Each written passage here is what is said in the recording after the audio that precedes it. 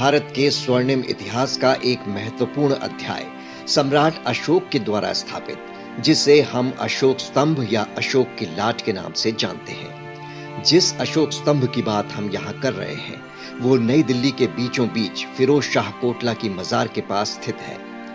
बीते वर्षों में प्रदूषित वातावरण और देखरेख के अभाव में इन बेमिसाल स्तंभों में कहीं कहीं दरारें पड़ चुकी हैं और इसकी ऊपरी सतह झड़ने लगी है।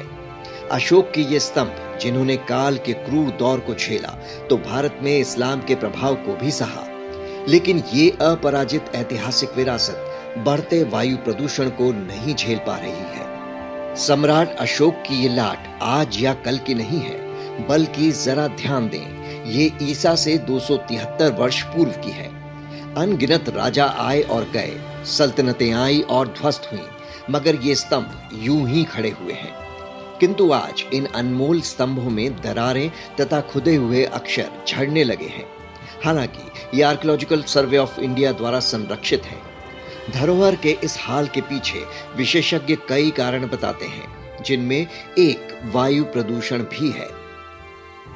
As environmentalists, where we have been fighting air pollution now for so long, we have begun to understand the wide gamut of impact that air pollution has on variety, the amazing variety and diverse impacts that we've seen. And one of them is certainly the monuments. Since then, a lot more evidences have come out, and where we have now seen many iconic heritage buildings around the country are now facing very serious risk from rising air pollution.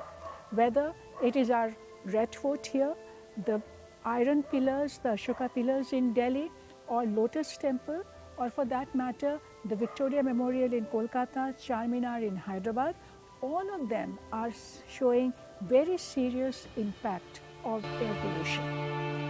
आप सोच रहे होंगे कि क्या ये एक स्तंभ ही है दिल्ली में? आपकी जानकारी के लिए बता दें कि दिल्ली में 2 स्तंभ हैं। अनुमान है कि मौर्य सम्राट अशोक ने अपने पूरे साम्राज्य में, जो कि लगभग पूरे उपमहाद्वीप तक फैला था, ऐसे 100 स्तंभ स्थापित करवाए थे, जिन पर उन राज्यों के राज्यपाल और सामान्य जन के लिए दिशा निर्देश बहुत ही सुंदर तरीके से खुदवाए थे, ताकि सभी आसानी से पढ़ सकें। प्राप्त जानकारी के अनुसार अब केवल 19 ही बचे हैं। ये कितने विशाल हैं, इसका अंदाजा इसी से लगाया जा सकता है कि प्रत्येक स्तंभ का वजन लगभग 50 टन और लंबाई 12 से 15 मीटर की है। बुद्ध का प्रभाव इन स्तंभों में लिखे अभिलेखों पर साफ तौर पर देखा जा सकता है। चूंकि मौर्य साम्राज्य इतना विशाल था कि उस दौर में सम्राट के आदेशों को सामान्य जन तक पहुंचाना आसान न था। जनता राजा के आदेशों को आसानी से समझ सके कि नियमों का पालन किस प्रकार से करना है तथा अन्य विचारधारा के लोग किस तरह से एक साथ रहें, यह सब इन स्तंभों पर मिलता है। यहाँ तक कि वृक्षारोपण तथा राजमार्गों पर राहगीरों के लिए छायादार और फलदार वृक्ष लगाने का भी इसमें उल्लेख है। This particular pillar that we see in Firoz Shah Kotla was found by Firoz Shah Tughlaq in the village of Torna near the bank, on the bank of the Jatna in Ambala district. Ashoka, after the battle of Kalinga, gave up bloodshed because he was so horrified and disgusted by the killings that he saw and the death amongst the soldiers and the destruction that armies can bring about, that he gave up violence. He became a Buddhist and started adhering to the teachings of Buddha. And as a king, then he decided to take his message across to his people. And in pursuance of that, he erected many edicts. Some of the edicts were inscribed on rocks, some on pillars and some on stone. In Delhi, we have 3 of them. One is a rock edict which is in east of Kailash, and there are 2 Ashokan edicts on pillars. On these pillars, Ashoka talked about dharma, which did not mean religion but meant a way of virtuous and noble life. It was related to nobility of character and nobleness of life. And the one that we have here in Delhi in Firozshah Kotla, in that the unique part is that apart from talking of things like that we should plant trees, we should not burn forests, and we should self-examine ourselves, that it is not only, don't only talk about your good deeds because that is only good for this world, but see and examine the evil within you, because that will help you into the next world. And he talked of taxation in that, and there are 10 edicts on that.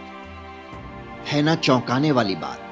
पर्यावरण और वृक्षारोपण की जरूरत मौर्य सम्राट ने इन स्तंभों पर 236 से 273 ईसा पूर्व ही प्रकट कर दी थी। पाली और संस्कृत भाषा में अंकित सम्राट के ये आदेश आज भी उतने ही प्रासंगिक हैं। वैसे तो फिरोज शाह स्टेडियम में कई बार जाना हुआ, लेकिन कई बार वनडे मैच देखने के लिए, कभी आईपीएल का मैच देखने के लिए, लेकिन कभी भी इस तरीके से नहीं जाना हुआ कि वहाँ कुछ बगल में ऐतिहासिक जगह है वहाँ भी चले और देख लें यहाँ पे। तो मतलब इतना बड़ा अशोक का स्तंभ और उसी के जस्ट बगल में है, पता भी नहीं था और बताया भी नहीं गया हमें, चाहे हमारे गुरुजनों के माध्यम से या किताब के माध्यम से या मीडिया के माध्यम से कभी जानकारी भी नहीं मिली। लेकिन हाँ, अगली बार जब जाएंगे तो एक बार ज़रूर देखने की कोशिश करेंगे कि इसी स्टेडियम के बगल में जहाँ इतनी बार गुजरना होता है वहाँ पे एक अशोक का स्तंभ जो कि इतना मतलब हमारे लिए इम्पॉर्टेंट है, हमारे इतिहास के नज़रिए से इतना इम्पॉर्टेंट है और बगल में है, और वो इतनी सारी चीज़ें उस पर लिखी हुई हैं जो एक्चुअल में आज के लिए भी जो गवर्नमेंट है जो शासनादेश देती है, वो उस टाइम के राजा कैसे शासनादेश दिया करते थे अपने लोगों के लिए, वो कहीं ना कहीं उस पर सारा कुछ इंगित है। अगर उसको एक बार आदमी समझे भी तो अपने पर्यावरण से, अपने शासन से, अपने गवर्नमेंट से भी लोग प्यार करने लगेंगे।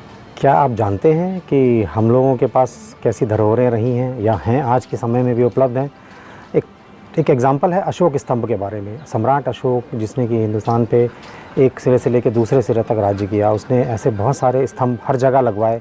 कुछ हमारे देश में आज भी हैं और कुछ विदेशों में भी हैं। इन स्तंभों पे उसने अपने पूरे राज्य को कैसे चलाना है, उस राज्य को कैसे टैक्स कलेक्ट करना है, उन सब चीज़ों को लिखा और बहुत ही क्लियर कट शब्दों में लिखा कि लोगों को समझ में आए और लोग अपना काम ढंग से कर सकें। लेकिन क्या हम इनको देखने जा पाते हैं? क्या हमें इनकी जानकारी है? तो जवाब है कि बहुत कम लोगों को है। हम लोग इसको देखने नहीं जाते। क्यों? कारण है कि इसका प्रचार नहीं है, प्रसार नहीं है। लोग जानते नहीं हैं कि हम क्या धरोहर है हमारे पास। हमें जाके इनको एक्सप्लोर करना चाहिए, इनको समझना चाहिए, इनको देखना चाहिए। बच्चों को भी बताना चाहिए कि जाएं भाई, इन सब चीज़ों के बारे में जानकारी इकट्ठा करें, जाके दिखाएं, एक्सकर्जन्स करें ऐसी जगहों के आसपास के मॉन्यूमेंट्स के बारे में। एजेंसीज़ को चाहिए, सरकारों को चाहिए कि उनके बारे में जितना प्रचार प्रसार कर सकें, लोगों को अवेयरनेस बढ़ाएं, सो दैट वो लोग जाके देखें। क्योंकि ये समय के संग नष्ट हो रहे हैं। पोल्यूशन एक बहुत बड़ा कारण है जो इन पे लिखे हुए शिलालेखों को धीरे धीरे इसने ख़त्म कर रहा है। आप देखें तो ये कुछ समय में स्वतः ही ख़त्म हो जाएंगे कि वो जो लिखा हुआ है वो पढ़ने में भी समझ में नहीं आएगा। इररिपेरेबल डैमेजेस हैं। अगली बार जब आप दिल्ली में क्रिकेट मैच देखने फिरोज शाह कोटला मैदान, जो कि अब अरुण जेटली क्रिकेट ग्राउंड हो गया है, जाएं तो इसी स्टेडियम से सटी फिरोज शाह की मजार देखना ना भूलें। यहाँ भारत के उस शानदार इतिहास की गगन चूमती आकृति को भी नजदीक से देखें जो सीना ताने आज भी खड़ी है। अनबाउंड इंडिया आपको भारत की इन्हीं विरासतों से लगातार रूबरू करवाता रहेगा। आप हमारे चैनल को सब्सक्राइब जरूर करें, स्टोरी को लाइक करें, शेयर करें और आपके आसपास अगर ऐसी ही कोई शानदार विरासत हो तो उसे कमेंट के माध्यम से हमारे साथ साझा करें।